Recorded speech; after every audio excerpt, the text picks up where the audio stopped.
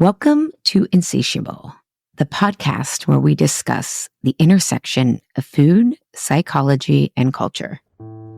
I didn't want to really be on a diet. I just wanted it to be over. So I would be like, okay, what's the fastest way to do this? And what I'm realizing is that actually when you go at the pace of your body, which is the pace of nature, there's just peace. I'm your host, Ali Shapiro, an integrated health coach, 32-year and counting cancer survivor, and have radically healed my relationship with food and my body. And for the past 17 years, I've been working with clients individually, in group programs, and in company settings to do the same. Welcome. The information in this podcast should not be considered personal, individual, or medical advice. So back when I was fighting food, I thought I was an all or nothing person with food and really everything, with exercise, with overachieving, with going out and doing all the things or, sitting on my couch doing nothing. So what I didn't know was that I was actually in a developmental stage. I wasn't an all or nothing thinking. I was in a mental plateau, for lack of a better word, of being all or nothing. I had very rigid ideas of right and wrong, right? Of who was good, who was bad, if I was good, if I was bad. And that's a lot of what we're going to actually talk about on our 5th installment of the Body Stories with Sas. She is back on Insatiable. I know you all love these episodes. If you're new to Insatiable, check out, I'll put a link in the show notes to the first 4 episodes so you can kind of understand where we are. But even if you just want to dive in today, this will make a lot of sense. But what we're talking about today is how Sas is navigating what in Truth with Food we call option C, this middle path, and how she has gotten there mentally and emotionally. Because we're going to talk about how, like, when she was on a diet, she was either on a diet or off a diet, right? And that's kind of the all, which was miserable, but the nothing was miserable too.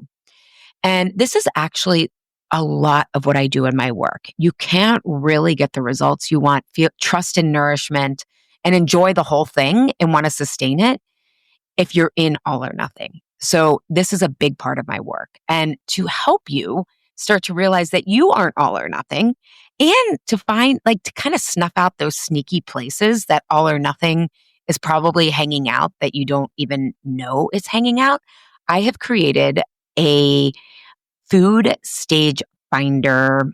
Assessment sounds so dry. It's actually really cool. The initial feedback, people have been loving it. It's kind of like an Enneagram test, something to really help you understand where you are in your own developmental journey between diet hopping and having a truce with food and the freedom and results that lie there. So I have created that. It's brand new. It's really going to help clarify where you need to go, and so that you're doing the right work. Because a lot of my clients are trying really hard and not getting really far, or they're trying really hard and they're not really feeling that great. And usually what this means is that they are mismatching where they are in their journey, their developmental journey, with what tools or approaches they think they need to do, right? And so take this quiz. It will help you locate where you are, especially if you're in all or nothing and you think you're an all or nothing person, or you're still trying to snuff out where you're being all or nothing and don't have the energy or desire to be that way anymore. So I will link that in the show notes. You can find it at truthwithfood.com, my brand new website. Yeah. There's been a lot going on this year, right? A lot of hard stuff and holding the and, when we're not in all or nothing, a lot of good stuff here. But check it out. It's not the whole site, but it's enough for you to get a sense of what I've been up to, how all of this work that I talk about, how all of my different programs are coming under the Truth with Food brand, because they're all different points of the developmental journey. But before you even get to that, just take the food stage finder. It's meatier than a quiz. I'm going to use a food pun, but it's like an assessment. It's like a diagnostic tool, emotional blood work, to see where are you really? Because most of my clients also, not only are they working really hard and not getting the results they want, but they also kind of think they've seen it all and done it all, and yet also don't feel like they're getting the results and can't stick with it. That's a developmental stage too. So you're going to really be able to see yourself, feel validated, and know what is the right next step for you. So check it out, link in the show notes, but also go to truthswithfood.com. And without further ado, enjoy today's episode with Sas. It may be my favorite body stories episode we've done so far, not only because we talk about these all or nothing patterns, but we're really getting into the importance of slowing down. And this has been the spiritual cone of the last 5 to 6 years of my life. So it's something that I now deeply believe in and think that actually health, well-being, and great food choices depend on it. And I actually think the future of our world depends on it. Us not just always reacting to everything, but really slowing down to speed up. So enjoy today's episode and check out the Food Stage Finder and let me know what you think.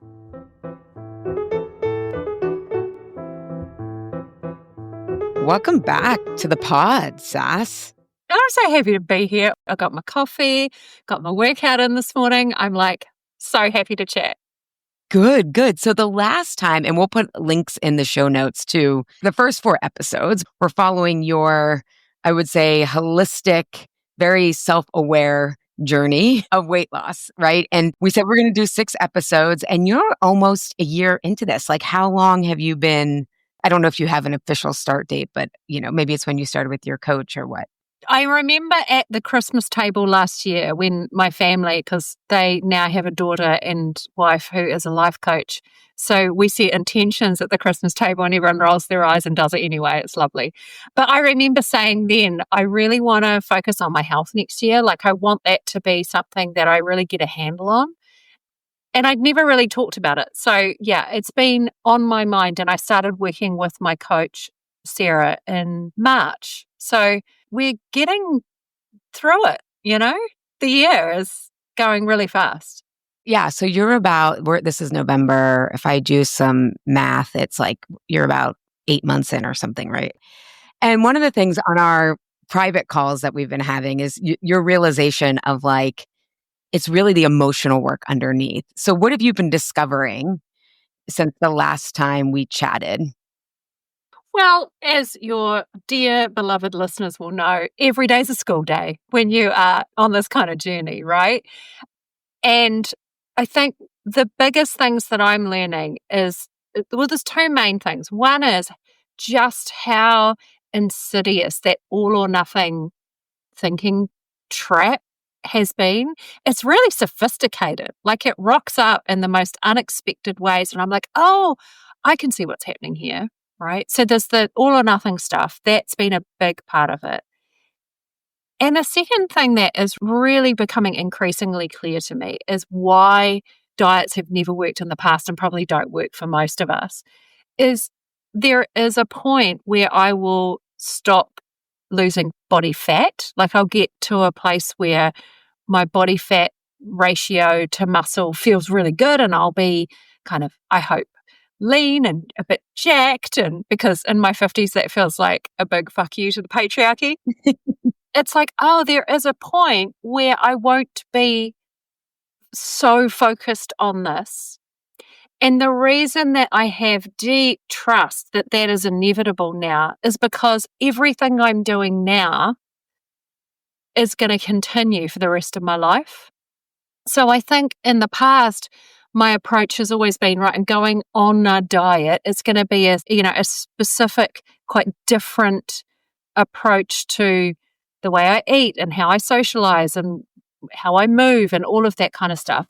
Whereas I think what I'm learning is, everything I want my life to be as a healthy, jacked 52-year-old is everything I'm doing now. It's not different. It's just that the habits need to continue. And I think recognizing that just has brought me a lot of peace because I'm really enjoying this process. So the idea that, it just continues, I might just have maybe some slightly different focus or, I'll certainly have more calories to play with because I'll be in what they call maintenance, but I've never got there before.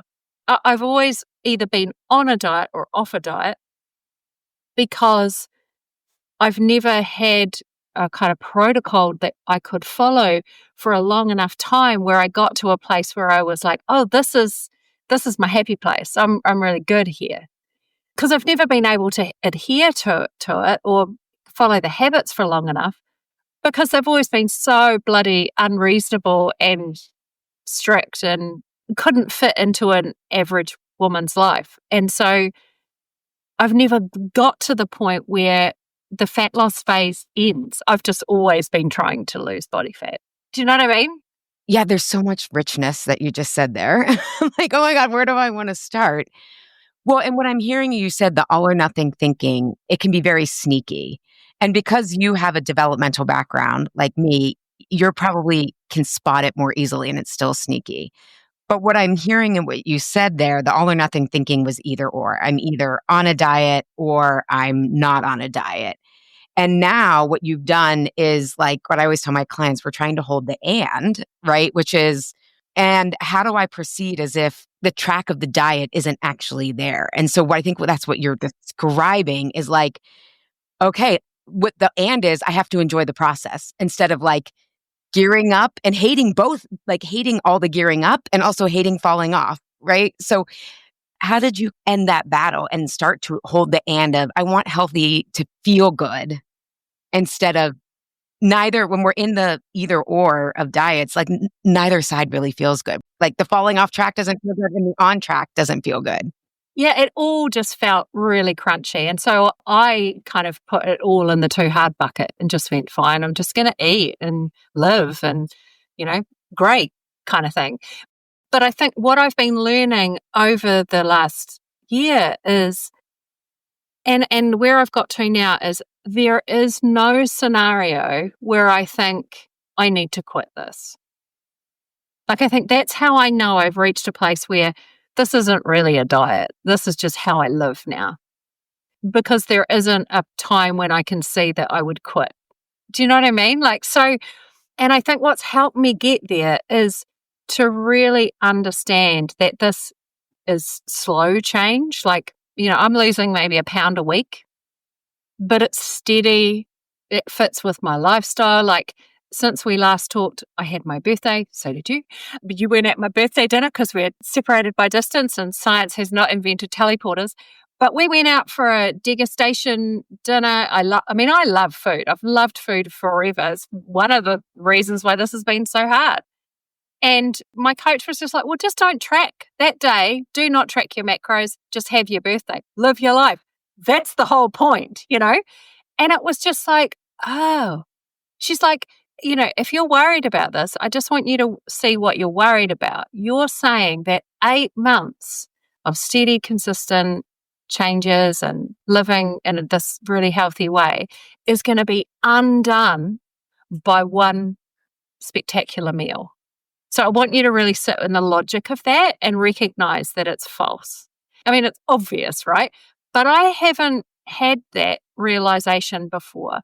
What I've done is white-knuckled my way through being on a really restrictive diet and not enjoyed it.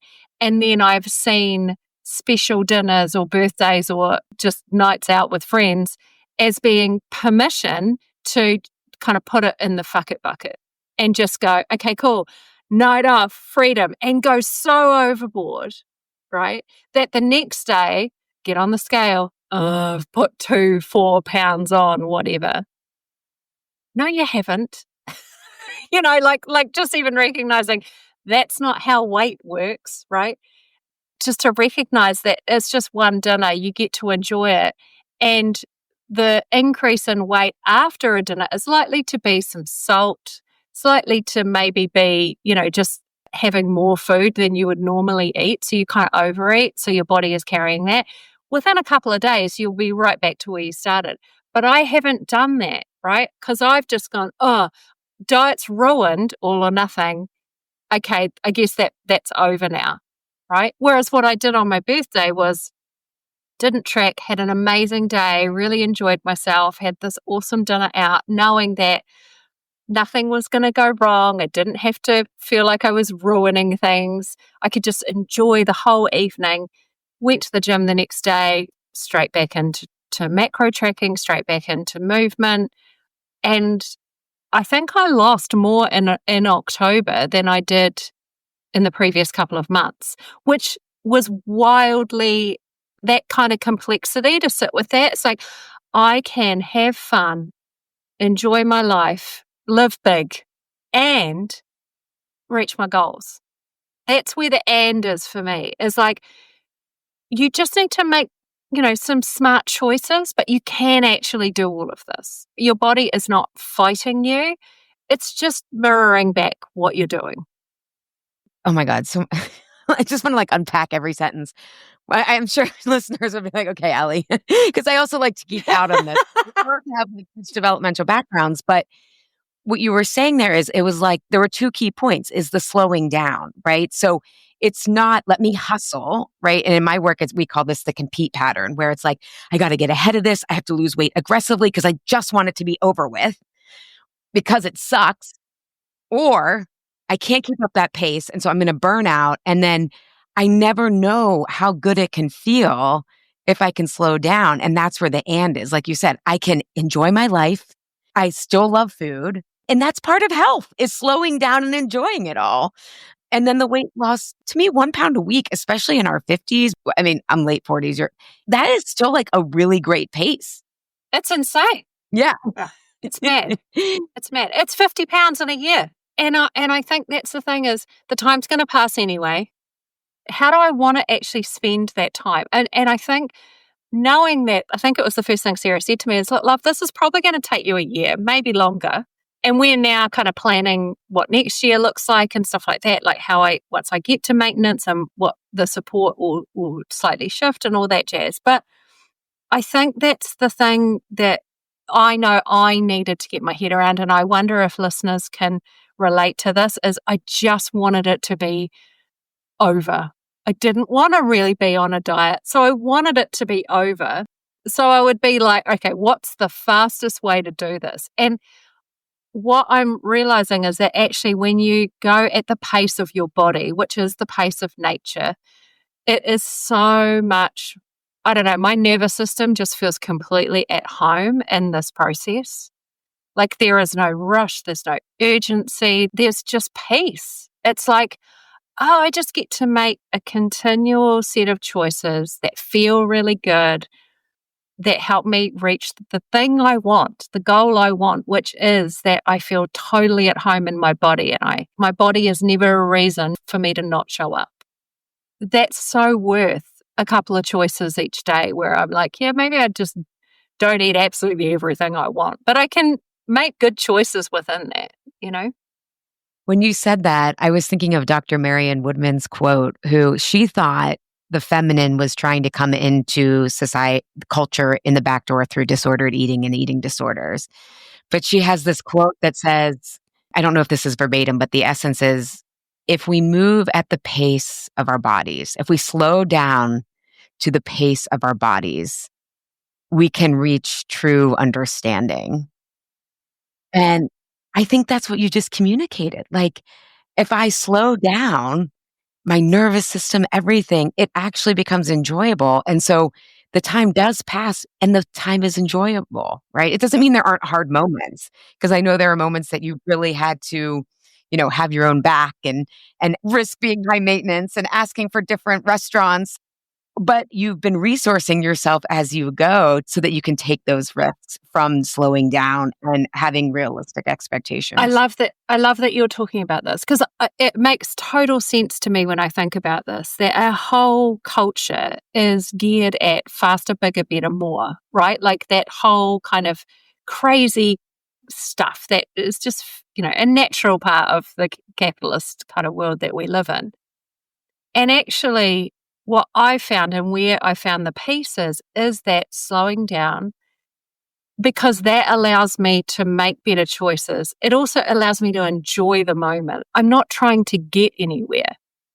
I'm trying to be here. It's a very different lens to be in the world. What I also notice is that I think in that bigger, better, faster, more type approach to weight loss, I was always looking for the shortcut. And kind of like, and how can I cheat the system, right? Like, so these sort of meta ideas start filtering in. The system is shit, so how do I cheat it? So, it would be like, oh, because I have such a sweet tooth, like, how can I sneak that in, Whereas now I'm like, Oh, there's this amazing company in New Zealand that make Whittaker's chocolate. If anyone watched Stephen Colbert and you saw Jacinda Ardern, old Prime Minister, on there, she is now like the spokesperson for Whittaker's chocolate. She was trying to flog it as a joke on the show. But they do bags of like small bars of, I think, 15 grams of this, just the best milk chocolate, which is my favorite. And so each night I have one of those bars. I have chocolate every day. Every day this year, I have had chocolate. So where I used to be looking for the shortcut, how can I cheat the system? How can I have more sweetness? Now what I'm finding, and I hope this doesn't sound as cheesy as it is in my head right now, but it feels like my whole life is a bit sweeter, because I have this changed relationship with my body. I trust my body. I know that it's doing amazing things for me. And my job is to kind of advocate and make good choices so that my body can continue to do those things. Whereas in the past, I felt like I was at odds with it, like we were in a bit of a battle. Well, and this makes me think of self-authoring our values, which, everyone go back to the last episode because we talked about expanding our understanding of health, right? Because we've all been conditioned to value health as weight only, right? And calories in, calories out. And there's some truth to that. But what's challenging about weight and body, but why I also love working with people around it is we don't yet have the values that we need to actually be successful because culturally we're not rewarded for slowing down, right? And so it's like, oh, I'm now thinking that health is about slowing down to the pace of my body. I wouldn't have included that before. I would have thought, how do I cheat the system? And as you're talking, because it's so relational, right? Like it's not about a specific behavior. It's how we're relating to ourselves, how we belong to ourselves. I think this is a good plug or like reflection for people is when you see health and fitness influencers, right? They are like often working for themselves. So they are encouraged by a hustle culture relationally from an entrepreneurial perspective. And then they're hawking like, this will speed this up. This will, and it's like, it's so easy to get sucked into that energy, but it's like, there's a more expansive view of health that they can't sell, right? That's right. You can't buy slowing down. I watched, I don't know if you saw this, but Netflix did like a kind of revisit of The Biggest Loser. Did you watch that show? I watched a couple episodes and then I forgot about it. Okay, so I know there'll be listeners out there who watch, if you're in your 40s and 50s, you watch that show religiously and maybe even like dreamed that one day that could be you. And what I love is Bob Harper, who's one of the mad trainers on it. He said, the truth is that weight loss takes time and it's quite boring and it does not make for good TV. So we had to create these really extreme exercise experiences for the contestants and make it a competition. And it was just really dysfunctional, quite unethical. And they knew, that's the worst part, is they, of course, as trainers, knew that this was completely, unnecessary, and nor was it, very supportive of health, right? It was all about losing weight in the fastest way possible and putting people in a competitive environment for that, where they were isolated from their families. I mean, we look back now and we're just like, how was that okay, But I think it was really interesting that Bob said that, like, it takes time, it's quite dull, does not make for good TV. There ain't much to see here. And I know that from my own experiences.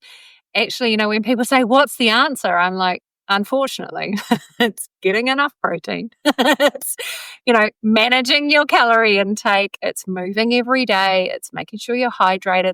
It is really dull and it takes time and it doesn't make for good TV. It certainly doesn't make for good social media, right? Dull as shit.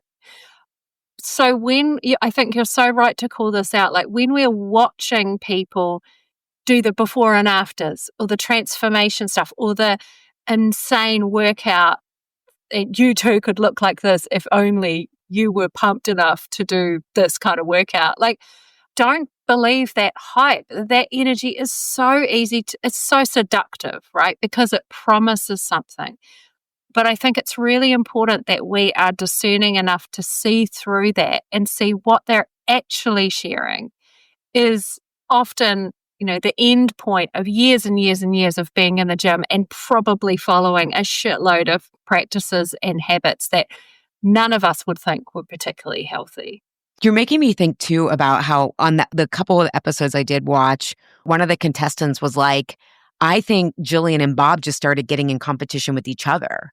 And I was like, oh my God, they knew it was unhealthy, but their own competitive nature, almost couldn't stop them. And it made me think about how your coach is comfortable being slow, right? I always tell my clients, the good news and bad news is it's going to be slow, but then it lasts, right?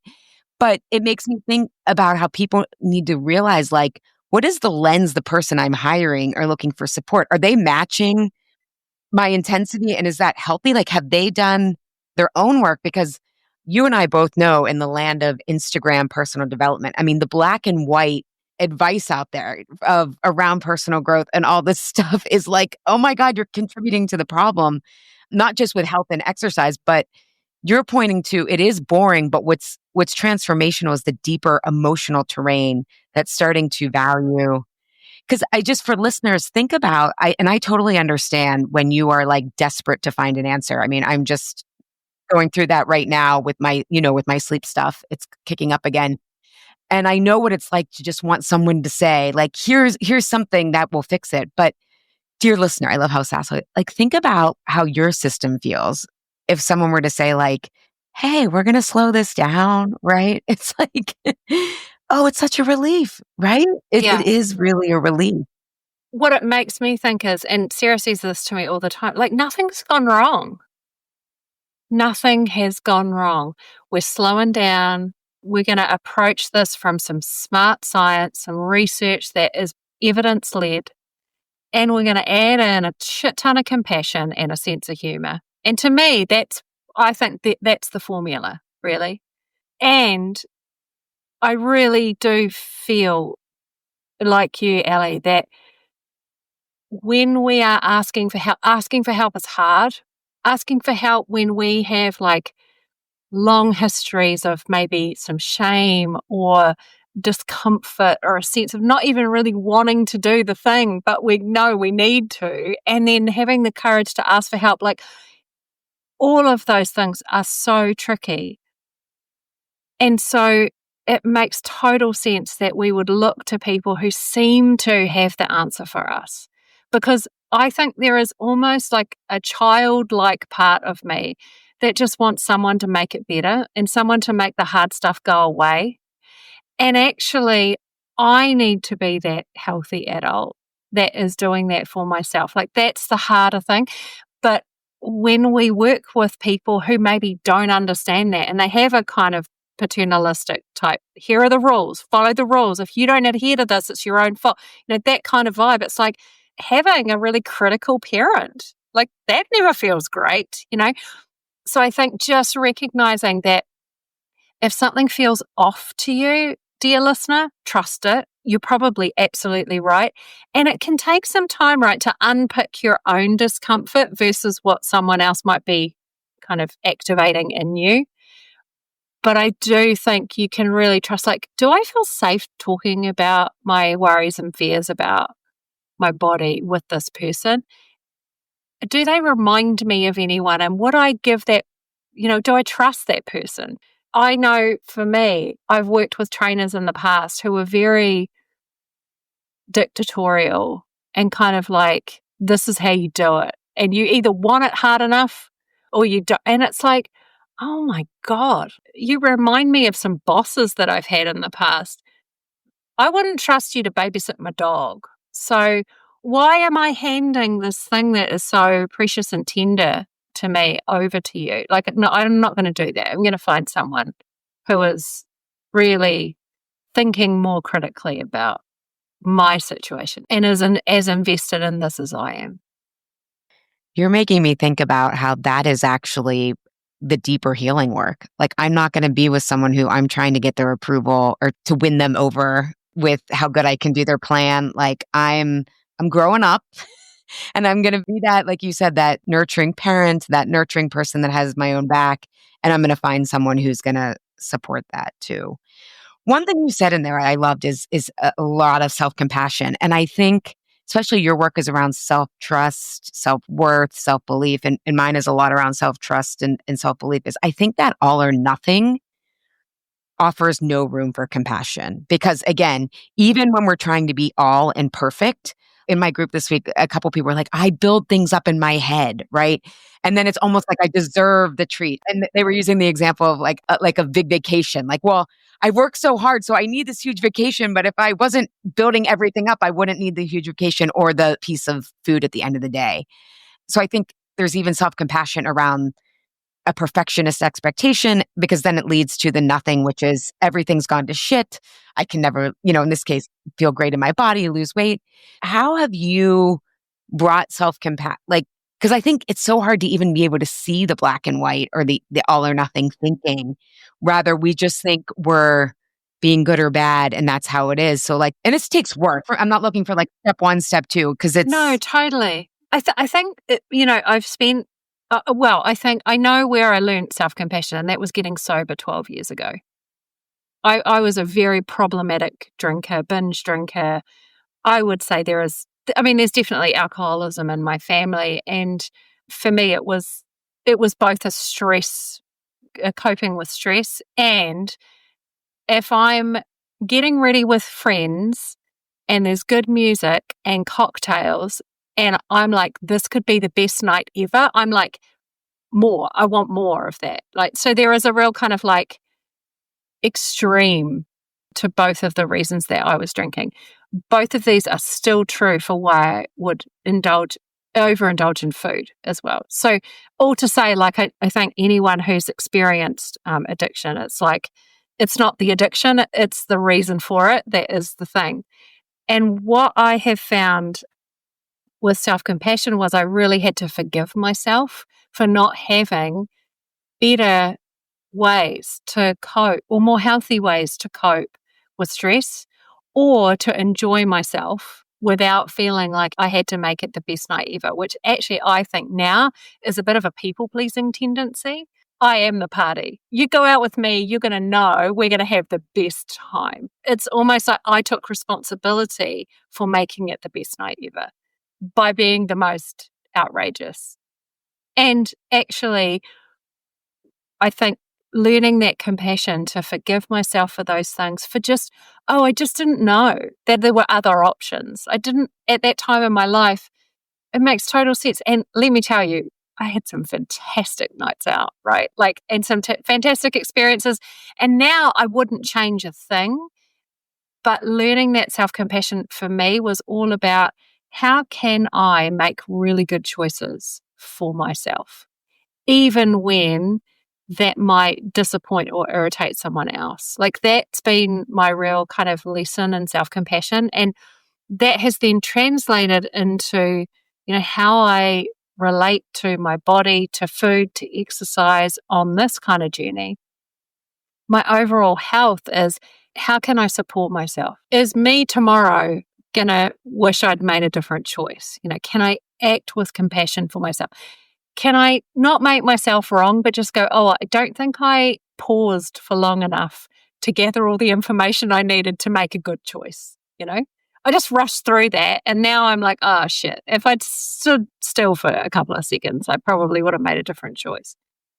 So all to say, I think self-compassion is a practice. It's not a once and done thing. It's a way of relating to ourselves. At least that's been my experience. There's a great book by Kristen Neff, who is a kind of expert on self-compassion that folks might really enjoy, especially I think if you have grown up in a home where compassion wasn't modeled, right? You didn't have someone who could tolerate, behavior that maybe wasn't so lovable, right? Or maybe didn't, would criticize to protect you rather than support you, all of that stuff. We've all been around people in our family that didn't really understand what compassion was, never treated themselves that way. So they couldn't model it for us. So that's our job, I think, as adults, is to do that.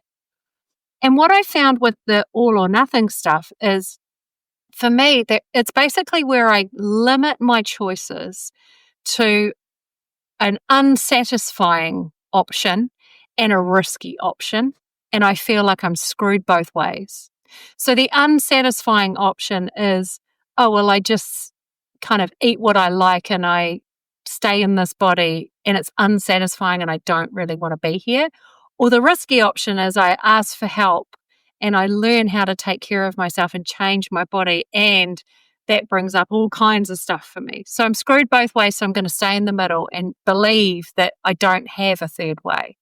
And then on a kind of micro level, it's things like, well, I either don't go out for my birthday, unsatisfying, or I go out and do what I really want to do, and there is a risk there that I will repeat my old behavior and I'll just go, fuck it, chuck it, and the diet's off. And that's just a phase that I went through, but I'm never going to complete it, right? So I feel screwed both ways. There is a third way, right? Don't track. Have a good time. Come back to your plan in the morning. It's okay. One night won't kill you, right? So all or nothing, it tends to show up for me as a kind of deeply permissive option that is unsatisfying, and a really restrictive option that carries a lot of risk.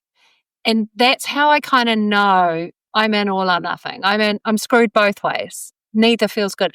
And I think in the past I would just have gone, oh, life's really hard. Ugh. Like got into that kind of victim-y sort of, oh, it's so hard for me place.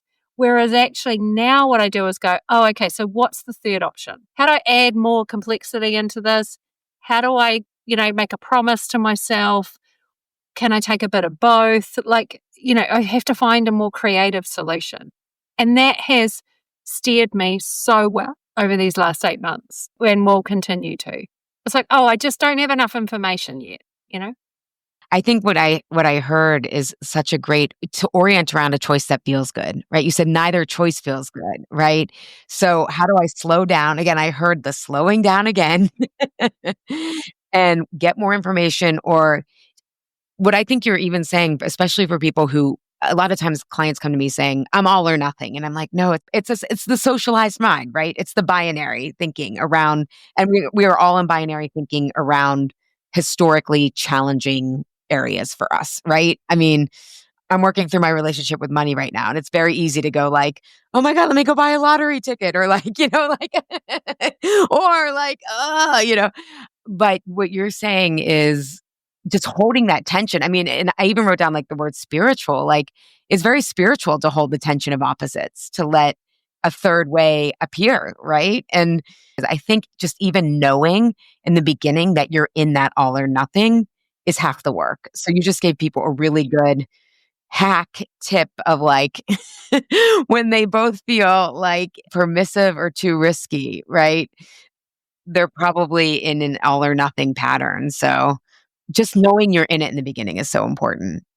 Totally. And, it's how our world is set up. So, we've never been given the third way. Our world is set up on a binary in every aspect. So, don't make yourself wrong about it. I think it's actually quite a sophisticated approach to the world when you are able to kind of go, is there a third way? Like, I wonder what the solution that's going to feel good to me looks like. And sometimes that won't come straight away. One of my favorite practices is I will sometimes journal before I go to sleep, because it helps me kind of process the day. And if I have questions like that, I'll just write them down.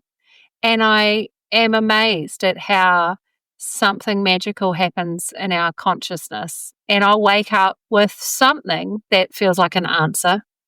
I love that. That's good. That's good. Take us to church, Sas.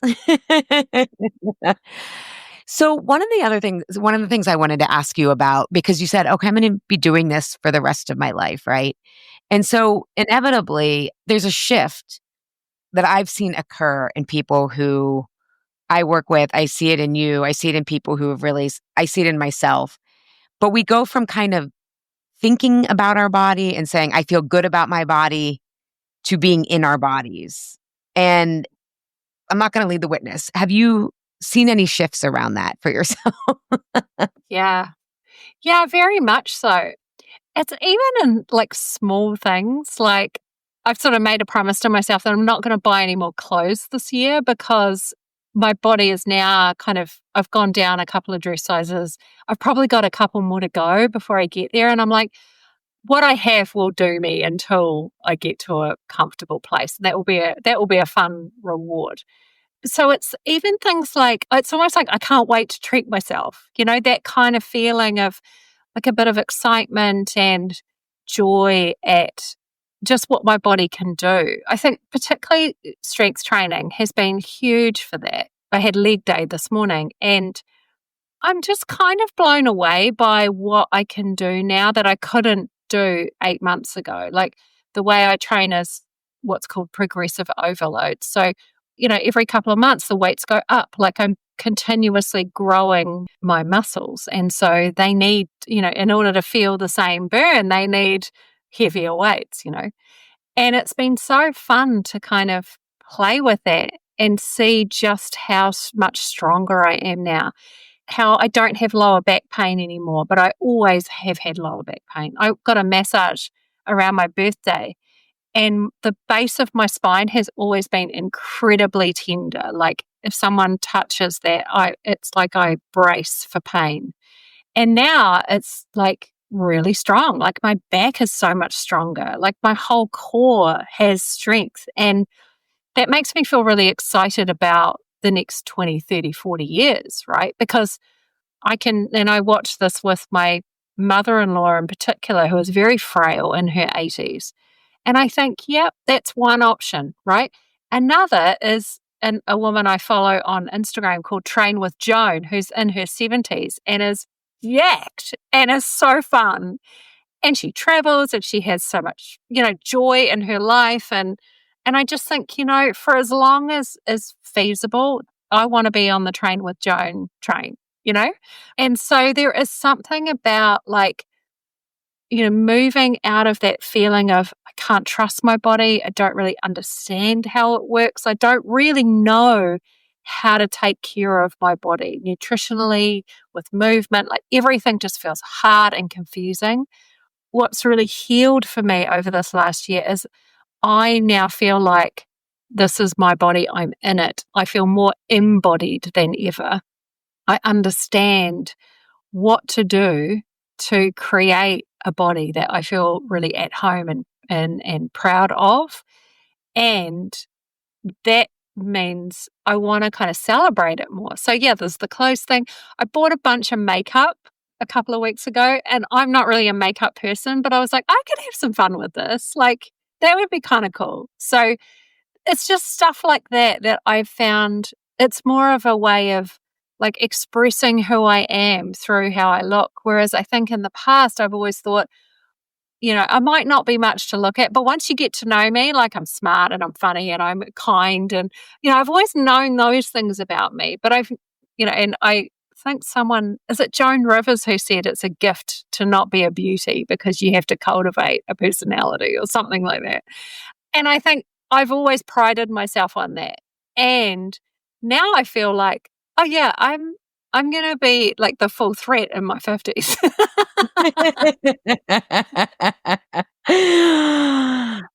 I love that. Because, yeah, even you talking about the makeup as more for yourself, I think right on the surface, we think the binary is like you're either like superficial and like trying to, everything's for everybody else, or you have to be like fade into the background and not care. Versus the third way is like, how do I want to self-express when I'm embodied? Like, what do I want to choose? Maybe makeup's fun, but it's like, yeah, and nothing's ever truly for us. I mean, we're social creatures, right? But like, yeah, you're going to be a triple threat, in your 50s. And so I am wondering, like, because since I'm on this like all or nothing or either or track, because you have found this, and we could call it because you're an Enneagram 7, not that we want to type you, right? But this binary of like, it's super hard or it's going to be super easy. And you've really shown up, like, I'm hearing this middle ground of ease, But part of that is you've had to show up when you haven't felt like it. And you have had to, I think you were saying on our Voxer chat with Sas, like, Jack, like little moments of bravery, like you tried a new machine at the gym and we were like, yeah, Sass. And there were like funny memes going around about you doing like a different machine but what do you think is kind of that middle way how would you articulate that for people between it's got to be really hard or it's super easy and it's just going to happen overnight or there isn't any discomfort involved? Yeah. Well, I think one of the things that I decided to kind of commit to when I invested in working with Sarah is I'm going to do this for 6 months. What I'm doing has never worked. So surrender to that reality. I don't know how to do this. I need help. This person feels like someone who I can trust to help me figure this out. So I've just got to let go of needing to manage all of this and kind of walk my talk, because I do this with my clients, right? As a coach, as a therapeutic coach and a supervisor, my work is absolutely partnering with someone to try and figure something out that I just, I've been trained and experienced and have the skills to know a bit more about that particular topic of self-belief than the average bear. So for me, it was really important to just surrender to the process and commit to it. And I said that to Sarah, like, I think one of the things that I struggle with when it comes to commitment is motivation, like feeling like I want to do something when I don't want to do it. Like, how do I do that? And I think this has been one of the absolute gifts of working with a coach, and why I'm such a huge fan of this work, a huge advocate of it, is that I got to ask better questions of myself. So instead of how do I stop this from being really hard? How do I make this really easy? We got into how do you stay committed to this even when you don't want to, which is a much better question to ask. And one of the things that Sarah said was, you never have to feel like doing this for it to work. Motivation is a feeling. It's as fleeting as joy. And you never have to wait until you're motivated. So she's like, I want you to do it. And we're going to figure out some ways that you can stay committed. So one of the things we do is never more than 2 days. So I never go more than 2 days without working out. That means if I'm really not feeling it, or if my day is chaotic or unexpected stuff happens, I can always go, I'm going to shift my workout to tomorrow. But I never let more than 2 days go past. And sometimes that's meant going to the gym early in the morning or late at night or in the afternoon when I'm actually flagging a bit. But I'll do something because I don't want to lose my streak, And I think that has made such a huge difference to me.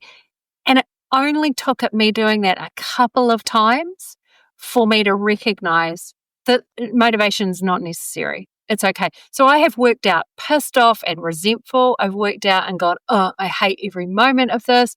I've worked out and just thought, this is so dumb. I've gone on my little stupid mental health walks and stomped the whole way around the neighborhood, feeling like, this is so dumb. I hate my genes. Why did I get this kind of body? Like, I still do it. I think that's the thing. It's like, can I do it pissed off, resentful, not feeling it, unmotivated? And what that has done in terms of building my resilience has been priceless. And the ripple effects of that in the rest of my life are amazing to me. Like, I can see like the same relationship that I've had with my body, in much the same way that alcohol and food are kind of connected for me. In the same way, my relationship with my body is very similar to my relationship with money, very permissive, very restrictive. Or, even with my relationship with my partner, where it's like I'm hyper independent and very proud of that. And so I try to do it all myself and ignore the fact that I'm in a relationship with a whole other human being who's very different from me. And so I want things to go a certain way. I want my body to go a certain way. And it's just going to go its own way at the pace of nature in very much the same way as my marriage. So the ripple effects of all of that have been so transformative. I really genuinely feel like I can just relax. Like I don't have to rush. This urgency is not something I feel anymore. And when I do, it's like so jarring to me now. I've got to fix this. This is my responsibility. It's got to happen fast. It's got to be this way. That urgency, that sense of control. It's like, oh, okay, something's off, rather than keep powering through. Like now I recognize, no, that's not the way. So yeah, all to say, like the ripple effects of being able to commit to something and stick with it, even when you're not feeling it, I could never have predicted the impact that would have. I think that's beautiful. I'm thinking about how, because we both look at our work through like a protective safety lens, and I'm thinking about how rushing and trying to move fast protects us from having to feel what you're slowing down to feel. Oh my God. And I tell you what, vodka is way more fun than grief, right? Like I've known that my whole life. And so, yes, just knock back a shot. You won't have to feel a thing. Like, when people say, alcohol and they get all worthy about it. I'm like, I was way more fun back there. I was chaotic and, probably at risk of not living too long, but I was way more fun. And it is way easier to eat your feelings than feel them. Of course it is. Oh my God. Have you tried eating your feelings? It's so much better, right? Like, but it's like, it's that thing of like, but we all know it's not a supportive habit, right? It's not the healthiest thing we can do. But occasionally, like, don't make yourself wrong. It's just if that's the only way you feel your feelings is by squashing them down with some food, you probably want to look at that.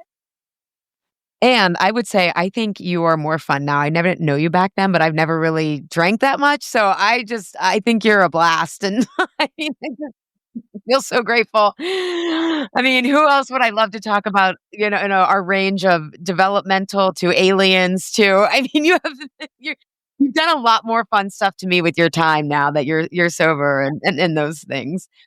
So, and what you're also, I think, to me describing, or what you're describing around you and Sarah saying, like, okay, no more than 2 days, is you have enough structure that you're going to get results, but you have built-in flexibility for real life. And that's what I'm always trying to but I think that's part of becoming self-authoring is you can have more flexible thinking when you can hold more complexity and more nuance. And that's what I always tell And my it clients, works for food. It works for food too, right? Like I'm sure you do this all the time with clients. It's like someone rings up and says, hey, do you want to meet for lunch? And you have a lovely lunch and you go out and maybe it is more calories than you were planning and you're a bit like off track. And it's like, oh, okay, I'll just have a lighter dinner and tomorrow I'll go back to my plan.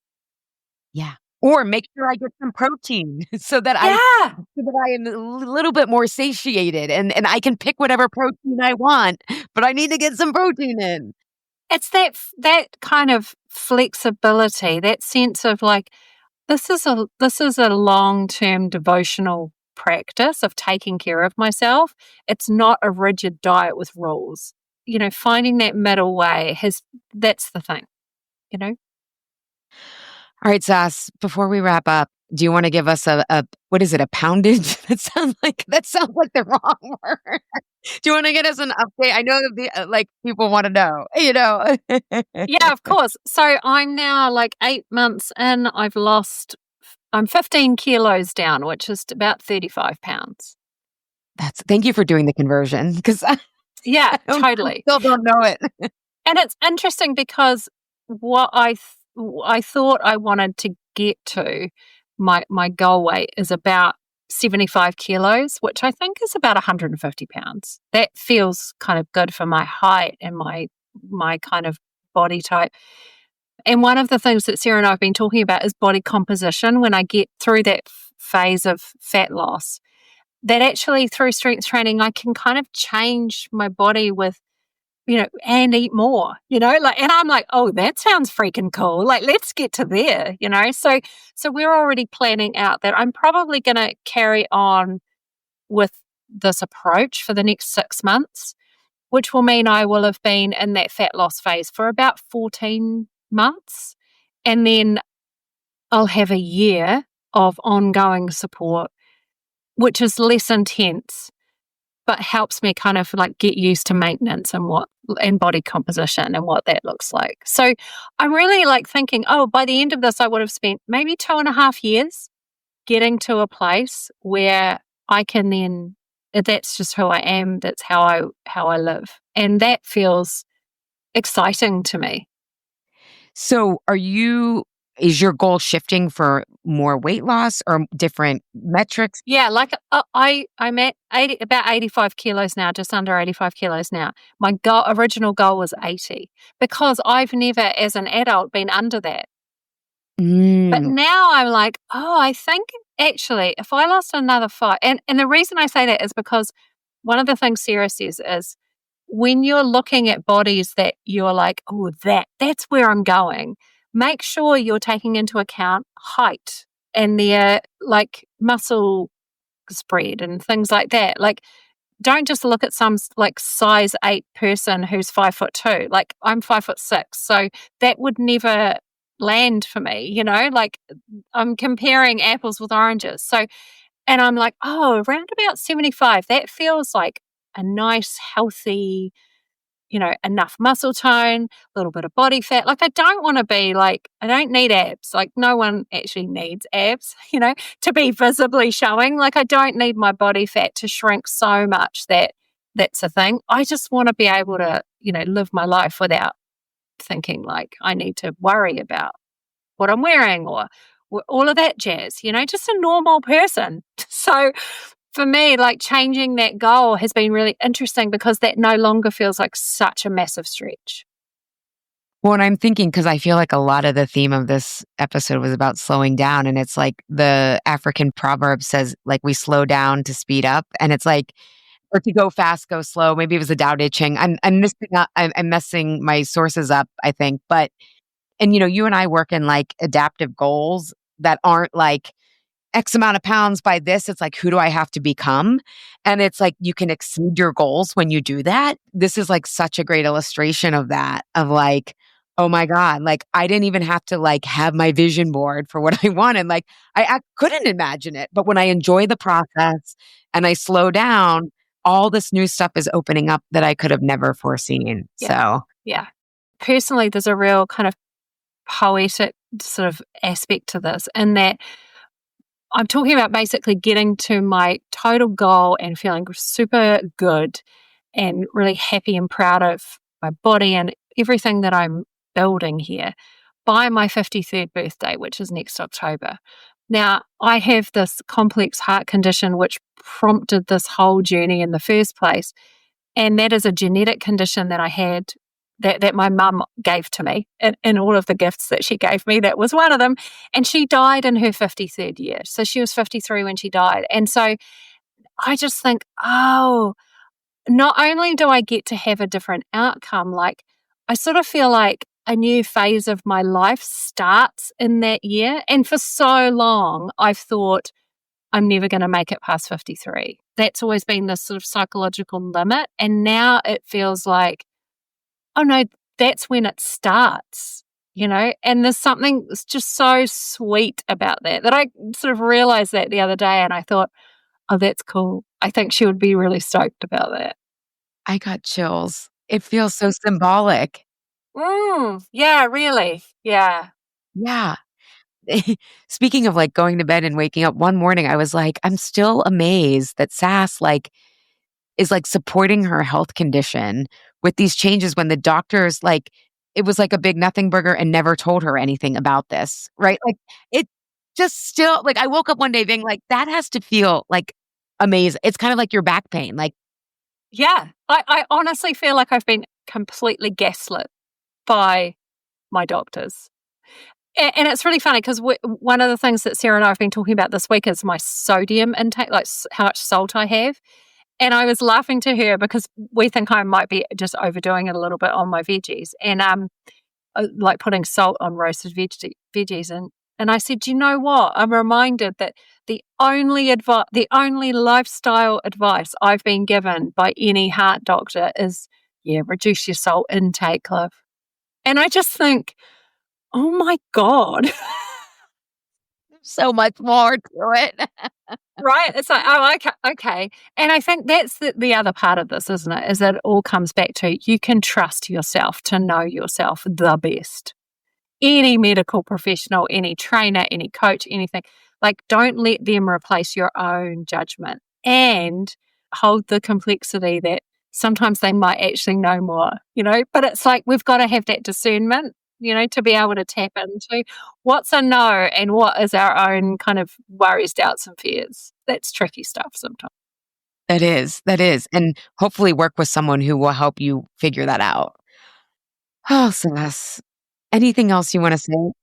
Oh, look, so many of you have reached out to me on Instagram, which I love. And can I just say, I am just cheering us all on. This is work of our life, and I'm so happy to recommend Sarah. I've also created on my Instagram, just if you're on there, a little highlight that I think is called Strong Sass. And on that, if I've answered any questions for people on stories and stuff, I've just saved them all there.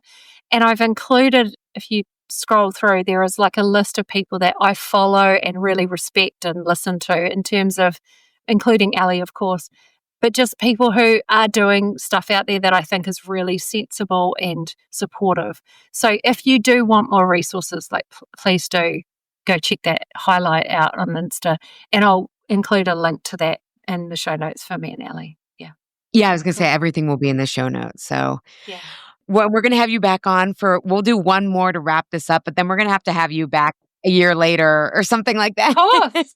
Yeah, I would love that. I would love that so much. Amazing. Thank you so much, Sas, for being you. And I so appreciate that you're going on this journey and you have such great language to help us understand what's really going on underneath it all. So thank you. My gran always said, you should serve as a warning to others. That was when I was back drinking. So now I am, Gran.